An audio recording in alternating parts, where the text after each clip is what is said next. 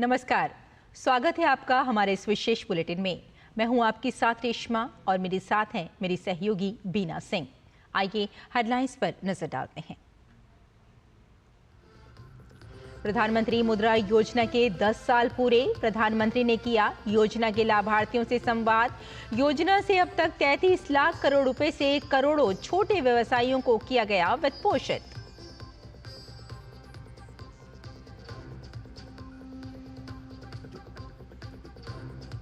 जम्मू कश्मीर के दौरे पर गए केंद्रीय गृह मंत्री अमित शाह ने श्रीनगर में विकास परियोजनाओं का लिया जायजा।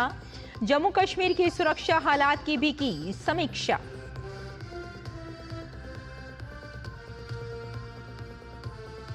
प्रधानमंत्री नरेंद्र मोदी ने दुबई के क्राउन प्रिंस शेख हमदान बिन मोहम्मद अल मखतूम से की मुलाकात। कहा, ये विशेष यात्रा हमारी गहरी मित्रता की करती है पुष्टि। भविष्य में और भी मजबूत सहयोग का मार्ग होगा प्रशस्त।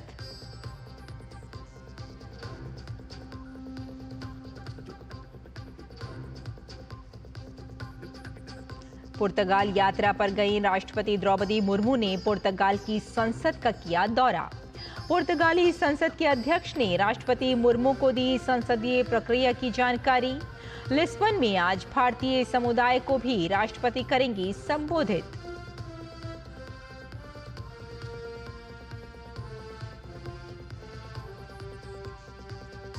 इंग्लैंड और ऑस्ट्रेलिया के दौरे पर गईं वित्त मंत्री निर्मला सीतारमण।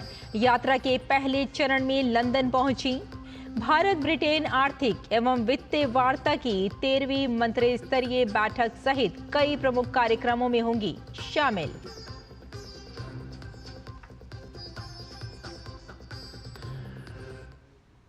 और अब समाचार विस्तार से। प्रधानमंत्री नरेंद्र मोदी ने प्रधानमंत्री मुद्रा योजना की 10 वर्ष पूरे होने पर देश भर से इसके लाभार्थियों को अपने आवास पर आमंत्रित किया।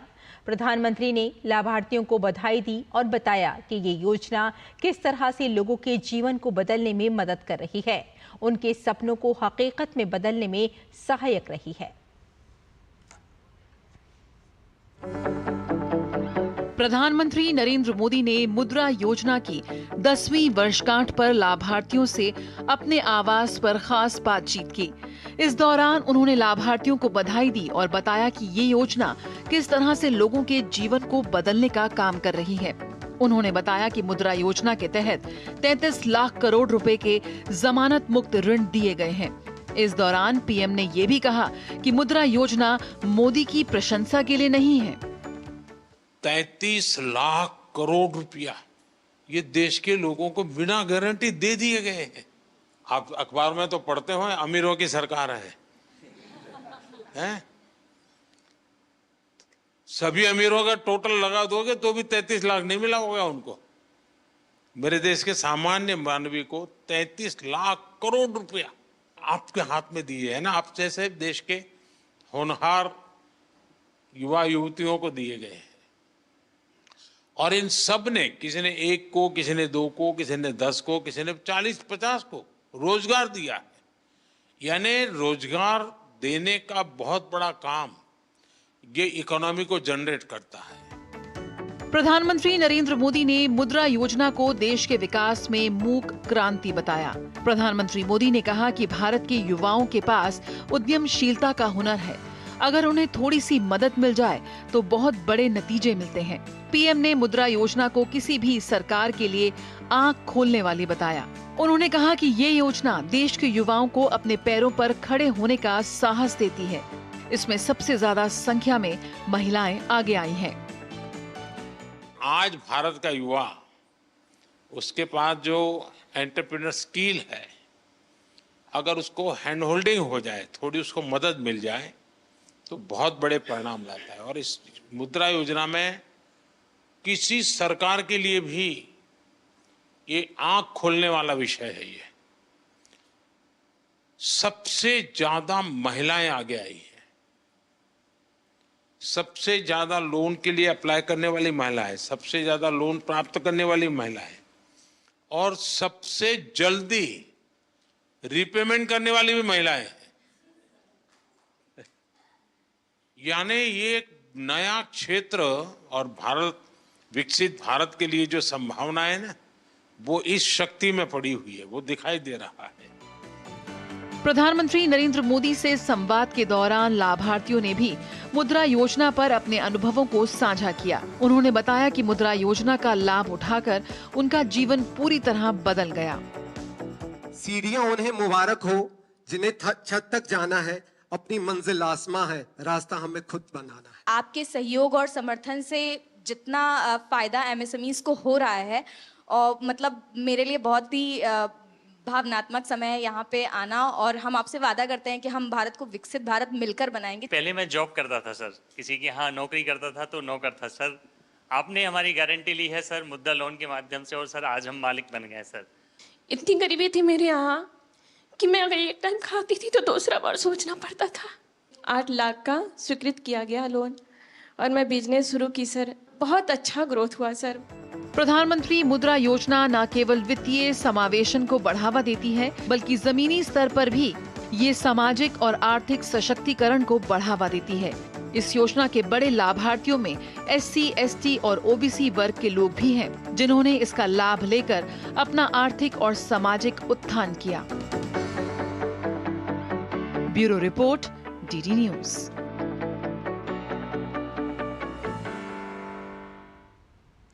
प्रधानमंत्री नरेंद्र मोदी ने इकोनॉमिक टाइम्स को दिए साक्षात्कार में मुद्रा योजना के महत्वपूर्ण प्रभाव का उल्लेख किया। पीएम ने प्रधानमंत्री मुद्रा योजना के अभूतपूर्व प्रभाव के बारे में विस्तार से बातचीत की। पीएम ने मुद्रा योजना को एक व्यापक दृष्टिकोण का हिस्सा बताया। पीएम ने कहा कि इसका उद्देश्य जमीनी स्तर पर लोगों के उद्यमशीलता क्षमता, नवाचार, रचनात्मकता और आत्मनिर्भरता को सुनिश्चित करना है। पीएम ने कहा कि मुद्रा योजना का प्रत्येक भारतीय को ये संदेश है कि सरकार को उनकी क्षमताओं पर भरोसा है।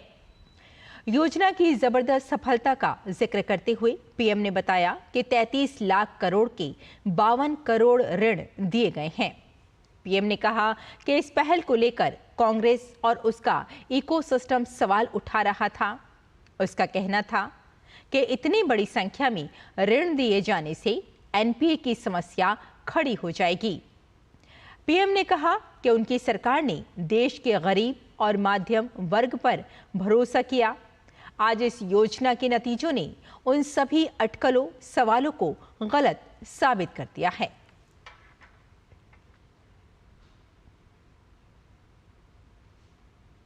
प्रधानमंत्री मुद्रा योजना के 10 साल पूरे होने पर भाजपा प्रवक्ता प्रदीप भंडारी ने योजना की प्रशंसा करते हुए विपक्ष पर कटाक्ष किया। उन्होंने महिलाओं और पिछड़े वर्ग के आर्थिक उत्थान में इस योजना को मील का पत्थर बताया। आज दुनिया की सबसे बड़ी फाइनेंशियल इंक्लूजन स्कीम के 10 साल कंप्लीट हो रहे हैं। इसमें 50% से ज्यादा बेनिफिशियरीज SC, ST समाज से हैं और सबसे ज्यादा लोन लेने में आगे महिलाएं हैं। ये प्रधानमंत्री नरेंद्र मोदी जी के ज्ञान विजन, गरीब, युवा, अन्नदाता और नारी के एम्पावरमेंट का एक सक्सेस मॉडल है। विपक्ष के लोग रियल फाइनेंशियल इंक्लूजन को कभी समझ ही नहीं सकते, क्योंकि जिन्होंने हार्वर्ड से होने का दावा किया था वो 70 साल तक गरीबों का अकाउंट नहीं खोल पाए। आज 10 साल में प्रधानमंत्री नरेंद्र मोदी जी की सरकार की नीति और नियत और एग्जीक्यूशन ने यह बता दिया कि आज भारत जब $4 ट्रिलियन की इकॉनमी बन चुका है, इसमें सबसे बड़ा योगदान हमारे स्मॉल और मीडियम एंटरप्राइज का है, और इसमें मुद्रा योजना वो एक मील का पत्थर साबित हुई है। प्रधानमंत्री नरेंद्र मोदी ने दुबई के क्राउन प्रिंस शेख हमदान बिन मोहम्मद बिन राशिद अल मखतूम के साथ भेंट होने पर खुशी व्यक्त की है। प्रधानमंत्री ने सोशल मीडिया प्लेटफॉर्म X पर जानकारी साझा करते हुए लिखा, दुबई के क्राउन प्रिंस महामहिम शेख हमदान बिन मोहम्मद बिन राशिद अल मखतूम से मिलकर खुशी हुई। दुबई ने भारत UAE व्यापक रणनीतिक साझेदारी को आगे बढ़ाने में महत्वपूर्ण भूमिका निभाई है। ये विशेष यात्रा हमारी गहरी दोस्ती की पुष्टि करती है और भविष्य में और भी मजबूत सहयोग का मार्ग प्रशस्त करती है।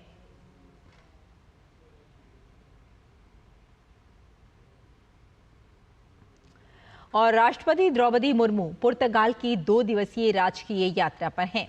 राष्ट्रपति ने अपने दौरे के दूसरे दिन पुर्तगाल की संसद का दौरा किया।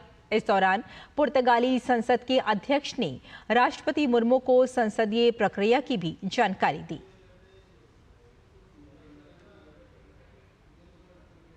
केंद्रीय गृह मंत्री अमित शाह जम्मू और कश्मीर के दौरे पर हैं। केंद्रीय गृह मंत्री ने जम्मू कश्मीर की सुरक्षा स्थिति पर एक उच्च स्तरीय समीक्षा बैठक की। इससे पहले कल अमित शाह ने कठुआ में सीमा चौकी विनय का दौरा किया और वहां तैनात बीएसएफ के जवानों से बातचीत की।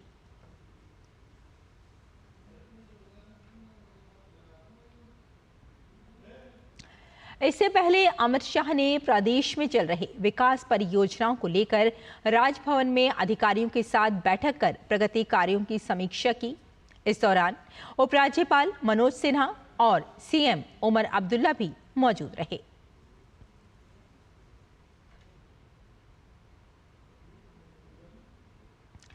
जम्मू कश्मीर में हुर्रियत से 3 और संगठन अलग हो गए हैं। केंद्रीय गृह मंत्री अमित शाह ने अपने सोशल मीडिया एक्स पर जानकारी देते हुए लिखा कि Jammu Kashmir Islamic Political Party, Jammu Kashmir Muslim Democratic League और कश्मीर फ्रीडम फ्रंट जैसे 3 और संगठनों ने हुर्रियत से खुद को अलग कर लिया है। ये भारत के संविधान में घाटी के लोगों का विश्वास दिखाता है। मोदी जी का एकजुट और शक्तिशाली भारत का सपना आज और भी मजबूत हो गया है, क्योंकि अब तक 11 ऐसे संगठनों ने अलगाववाद को त्याग दिया है और इसके लिए अटूट समर्थन की घोषणा की है। इस पर भाजपा नेता अल्ताफ ठाकुर ने कहा कि जम्मू कश्मीर में आतंकवादियों और अलगाववादियों के लिए कोई जगह नहीं है। 2019 के बाद जम्मू कश्मीर में शांति की झलक दिख रही है।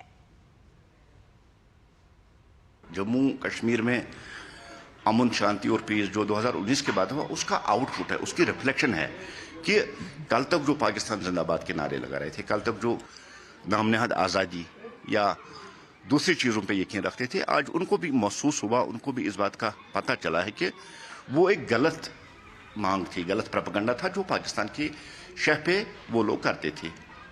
और जो पाकिस्तान से पैसा आता था इन एक्टिविटीज़ को कराने के लिए, वो हवाला फंडिंग भी 2019 के बाद सारी रुक गई है। और आज जिस तरह से आप देख रहे हैं कि बदले हुए भारत में और बदले हुए जम्मू कश्मीर में इन चीज़ों के लिए कोई जगह बची नहीं। और वक्फ कानून पर जम्मू कश्मीर विधानसभा में हुए हंगामे पर भाजपा सांसद और वक्फ संशोधन विधेयक पर संयुक्त संसदीय समिति के अध्यक्ष और भाजपा सांसद जगदम्बिका पाल ने कड़ी प्रतिक्रिया व्यक्त की है। उन्होंने कहा कि जिस तरह से जम्मू कश्मीर में विधेयक की कॉपी फाड़ी गई और नेशनल कॉन्फ्रेंस और पीडीपी के लोग हंगामा कर रहे हैं और भाजपा के विधायकों के साथ मारपीट कर रहे हैं, ये असंवैधानिक है। जम्मू कश्मीर में जिस तरीके से कल उस बिल की कॉपी को फाड़ा और आज जम्मू कश्मीर में हंगामा कर रहे हैं, मतलब एनसी के लोग, पीडीपी के लोग, मतलब भाजपा के विधायकों से हाथापाई कर रहे हैं, तो ये तो हिंसा है, ये तो एक तरह से अनकॉन्स्टिट्यूशनल काम हो रहा है। जो भारत की पार्लियामेंट को कानून बनाने का अख्तियार है और उस कानून को दोनों सदनों से पारित होने के बाद कानून बन चुका हो, उसकी प्रतियां फाड़ना, ये तो जनता का अपमान है। 150 करोड़ जनता जो देश की है, उनके चुने हुए जनप्रतिनिधियों द्वारा पारित किए कानून का अपमान है और अनकॉन्स्टिट्यूशनल है। बीजेपी देश भर में 14 अप्रैल से 25 अप्रैल तक बाबा साहब भीमराव अंबेडकर सम्मान अभियान चलाने जा रही है। इस अभियान को लेकर आज दिल्ली में बीजेपी मुख्यालय में कार्यशाला का आयोजन किया गया। बीजेपी के राष्ट्रीय अध्यक्ष जेपी नड्डा ने इस कार्यशाला का उद्घाटन किया। बीजेपी 14 अप्रैल से देश भर में बाबा साहब अंबेडकर को लेकर गोष्ठी, बाबा साहब की प्रतिमा पर साफ सफाई और माल्यार्पण समेत कई तरह के कार्यक्रमों का आयोजन करेगी।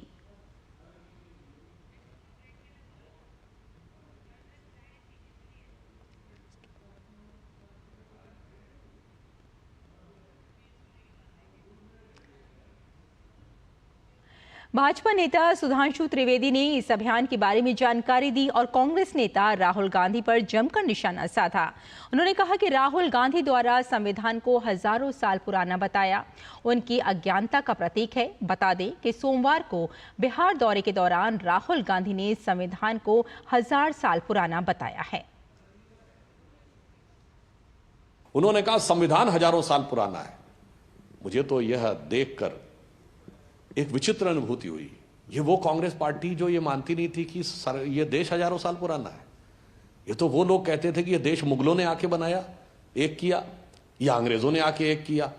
कम से कम राहुल गांधी जी के मुंह से अगर यह अज्ञानतावश भी निकला है कि वह संविधान जो 1949 26 नवंबर को बनके तैयार हुआ, 26 जनवरी 1950 को लागू हुआ, उसके बारे में वो कह रहे हैं कि हजारों साल पुराना है। मगर इतना जरूर मैं कहना चाहूंगा, ये देश हजारों साल पुराना है। बाबा साहब अंबेडकर की जयंती आ रही और हम लोग पूरा एक पखवाड़ा मनाने जा रहे हैं। ये कहना कि हजारों साल पुराना संविधान है, मुझे लगता है ये बाबा साहब अंबेडकर जी के प्रति उनकी अज्ञानता और अवमानना दोनों का प्रतीक है। और यहां रुकते हैं एक छोटे से ब्रेक के लिए, जल्द हाजिर होते हैं। आप देखते रहिए डीडी न्यूज।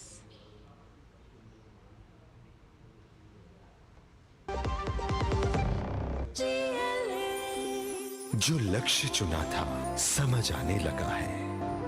GLA यूनिवर्सिटी, उच्च लक्ष्य की निश्चित प्राप्ति। जब धरती चीर कर निकलता है लोहे का पत्थर और मिलता है मोंगिया के जोश से, फिर तपता है, पिघलता है और बनता है फौलाद। अब होता है सरिया सारी खूबियों के साथ। मोंगिया स्टील, मजबूत देश का मजबूत सरिया। ब्रेक के बाद एक बार फिर आपका स्वागत है। आइए आगे बढ़ते हैं। आचार्य सुधांशु जी महाराज के प्रवचनों पर आधारित गीता का अमृत ज्ञान कार्यक्रम दूरदर्शन पर 21 अप्रैल से प्रसारित किया जाएगा। कार्यक्रम का प्रसारण सुबह 7 बजे से 7:30 बजे तक किया जाएगा, जिसमें गीता के सुंदर ज्ञान को दर्शकों तक पहुंचाया जाएगा। आचार्य सुधांशु जी ने कहा कि पूरे विश्व में गीता के प्रति लोगों की श्रद्धा है और गीता का उपदेश अब जल्द दूरदर्शन के माध्यम से लोगों तक पहुंचेगा।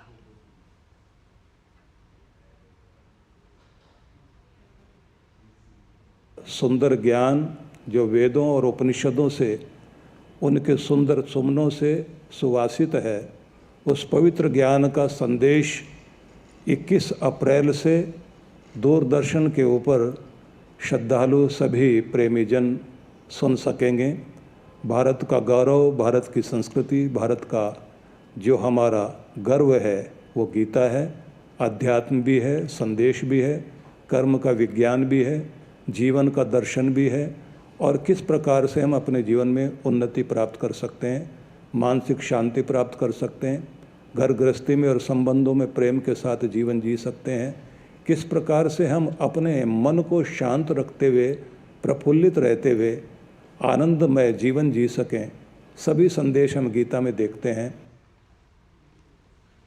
प्रसार भारती बोर्ड के चेयरमैन नवनीत सहगल ने कहा कि मुझे बहुत गर्व हो रहा है कि अब दर्शक गीता के उपदेश को दूरदर्शन के चैनल और OTT प्लेटफॉर्म पर देख सकेंगे। कार्यक्रम के जरिए दर्शकों की सुबह की शुरुआत बेहतर हो सकेगी।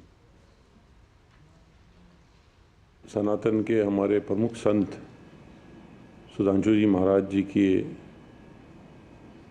देश के सांस्कृतिक, ऐतिहासिक और सनातन के एक प्रमुख ग्रंथ गीता के सार पर प्रातःकालीन प्रतिदिन चर्चा होगी और 21 अप्रैल से ये कार्यक्रम हमारे दूरदर्शन के चैनल पर और हमारे OTT नेटवर्क वेव्स पर इसे सुना और देखा जा सकता है। दूरदर्शन ये प्रयास कर रहा है कि देश के नागरिकों को हर प्रकार से एक बेहतर जीवन जीने के लिए, बेहतर जीवन व्यवस्था के लिए हमारे न केवल सांस्कृतिक बल्कि जो ऐतिहासिक सनातन जो हमारे ग्रंथ हैं उनके उपदेशों से प्रातःकालीन उनको अवगत कराया जाए और ये एक साधन मुहैया कराया जाए ताकि आप सभी की सुबह एक अच्छी सुबह के रूप में शुरुआत हो। और जयपुर सीरियल ब्लास्ट के जिंदा बम केस मामले में 4 आतंकियों को आजीवन कारावास की सजा सुनाई गई है। जयपुर के स्पेशल कोर्ट ने सैफुर रहमान, मोहम्मद सैफ, मोहम्मद सरवर आजमी और शहबाज अहमद को दोषी पाया था और मंगलवार को सजा का ऐलान किया। 13 मई 2008 को जयपुर में सीरियल ब्लास्ट की घटना हुई थी। जयपुर में एक के बाद एक 8 बम ब्लास्ट हुए थे। एक बम चांदपोल बाजार में एक मंदिर के पास मिला था, जिसे बाद में डिफ्यूज किया गया। इसमें 71 लोगों की जान चली गई थी। जयपुर बम धमाकों से ही जुड़े 8 अलग अलग मामलों में चारों को फांसी की सजा सुनाई गई थी। बाद में राजस्थान हाई कोर्ट ने मार्च 2023 में सभी को बरी कर दिया था। पंजाब के पूर्व कैबिनेट मंत्री और वरिष्ठ भाजपा नेता मनोरंजन कालिया के जालंधर स्थित घर के बाहर कल देर रात धमाका हुआ। घटना के बाद इलाके में पहुंची पुलिस ने जांच शुरू कर दी है। इस बीच पंजाब के स्पेशल डीजीपी अर्पित कुमार ने इस घटना को सांप्रदायिक सौहार्द बिगाड़ने वाला एक साजिश करार दिया। उन्होंने कहा कि पाकिस्तान की खुफिया एजेंसी ISI ने इसे अंजाम दिया था।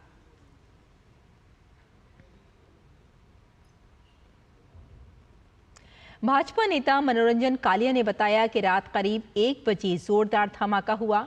धमाके की आवाज से उनकी नींद खुल गई। घटना के बाद केंद्रीय मंत्री रवनीत सिंह बिट्टू ने भाजपा नेता मनोरंजन कालिया से मुलाकात की और कहा कि पंजाब में आतंक का माहौल है।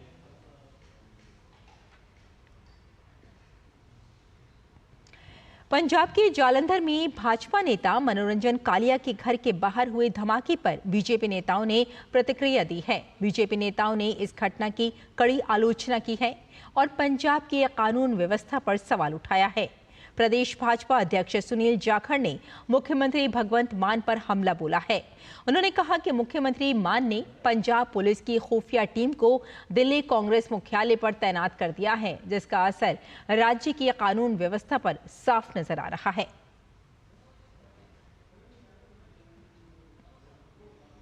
मामले में भाजपा प्रवक्ता शहजाद पूनावाला ने पंजाब की भगवंत मान सरकार पर जोरदार हमला किया। उन्होंने कहा कि आम आदमी पार्टी की सरकार में पंजाब की कानून व्यवस्था पूरी तरह से ध्वस्त हो चुकी है।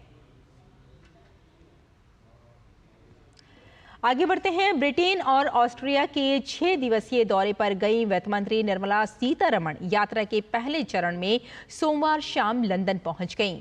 यूके में भारतीय उच्चायुक्त ने हिथ्रो हवाई अड्डे पर वित्त मंत्री का स्वागत किया। वित्त मंत्री कल लंदन में भारत ब्रिटेन आर्थिक एवं वित्तीय वार्ता EFD की 13वीं मंत्री स्तरीय वार्ता में भाग लेंगी। इस वार्ता की सह अध्यक्षता वित्त मंत्री सीतारमण और ब्रिटेन के वित्त मंत्री की ओर से की जाएगी। सोमवार को जबरदस्त गिरावट के बाद आज घरेलू शेयर बाजार में जबरदस्त तेजी देखी गई। BSE सेंसेक्स 1089 अंक चढ़कर 74,227 अंक पर बंद हुआ, जबकि निफ्टी 374 अंक चढ़कर 22,535 अंक पर बंद हुआ। करीब दोपहर तक सेंसेक्स 1700 अंक चढ़कर 74,800 और निफ्टी 500 अंक चढ़कर 22,650 पर था। बाजार में ये तेजी RBI के MPC बैठक के फैसले से एक दिन पहले आई है।